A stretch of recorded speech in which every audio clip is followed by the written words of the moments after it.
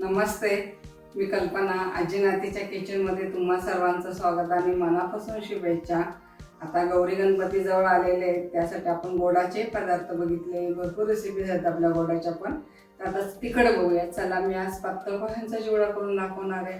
हा एकदम सोपा आणि एकदम पारंपरिक पदार्थ आहे. तुम्हाला जर ही रेसिपी आवडली असेल तर लाईक करा, कमेंट करा, सबस्क्राईब करा. चला, चिवड्यासाठी काय साहित्य घेतले. हा अर्धा किलो पातळ पोह्याचा चिवडा घेतलेला आहे. मोहरी, जिरी, हळद, हिंग, कढीपत्ता, हा चिवडा मसाला आहे आणि हा धने जिरे पुडे, पिठी साखर आहे, मीठ आहे, ही मिरची, काजू आहेत 10 ते 15 ग्रॅम, मनुके पण तेवढेच आहे. हे पाव किलो शेंगदाणे घेतले आणि एक खोबरं आहे, हे पण 50 ग्रॅम डाळ घेतलेले आहे. चला, आता आपण चिवडा करायला घेऊया. मी इथं कडे तापायला ठेवलेली आहे. हे पोहे आपण आता छान असा नुसते भाजून घेणार आहे आपण. याला एकदम नाही मावणार, आपण 2 ह्याच्यात करू. ह्याला तेल वगैरे काही टाकायचं नाही, नुसतं भाजून घ्यायचं आपल्याला. चला, इथे छान असा खरपूस भाजून घेतलाय चिवडा, तो काढून घेऊ आपण. राहिलेला पण असंच भाजून घेऊ.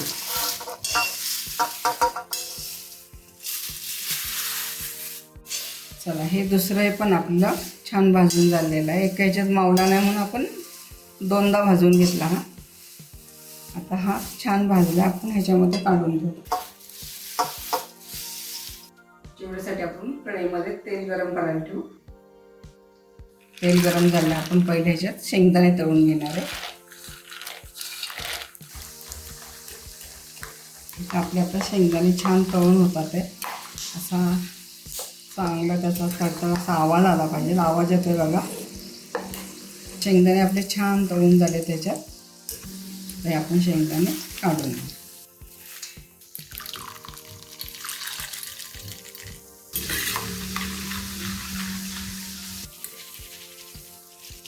खोबरं तेलात जास्त ह्याच्यात टाकणार नाही, आपण झाऱ्यावरच तळून घेणार आहे खोबरं, कारण ते जास्त लवकर करपतं तेलामध्ये. असं आपण तळून घेणार. आपण जसं खोबरं तळलं तसंच हे काजू पण असं झाऱ्यावर तळून घेणार आहे. हे तेलात लगेच करायचं. फोडणी घालून घेऊया. इथं घालणार आहे मी मोहरी, मिरची,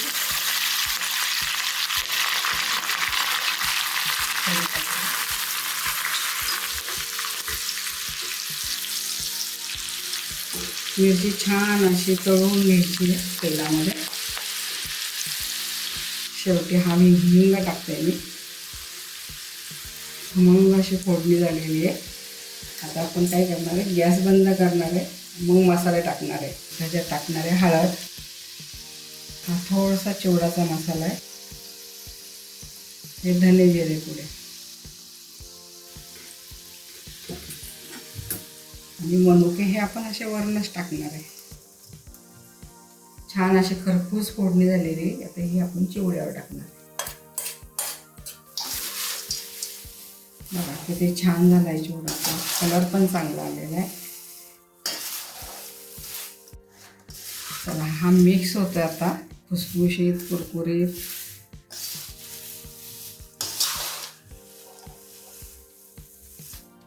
आपलं राहिलं होतं मीठ टाकायचं राहिलं होतं, त्याच्यात आपण मीठ घालून घेऊ. मग अशी गरम गरम होतं म्हणून नाही टाकलं मी. हे तुमच्या आवडीप्रमाणे, तुम्हाला किती गोड लागतं नाही लागत त्या पद्धतीने तुम्ही साखरेचं प्रमाण घ्या.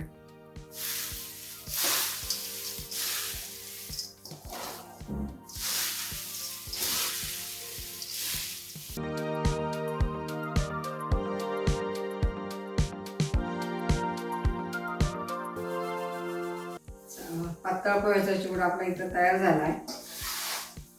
बघा किती छान कलरही छान आला आहे. एकदम खुसखुशीत आणि कुरकुरीत झालेला आहे. एकदम असा बाहेर मिळतो त्या पद्धतीचा झालेला आहे हा चिवडा. तुम्हाला जर ही रेसिपी आवडली असेल तर लाईक करा, कमेंट करा, सबस्क्राईब करा. पुन्हा भेटूया अशाच पारंपरिक पदार्थाबरोबर. तोपर्यंत संत तुकाराम महाराज म्हणतात, मन करा रे प्रसन्न सर्व सिद्धीचे गाणं.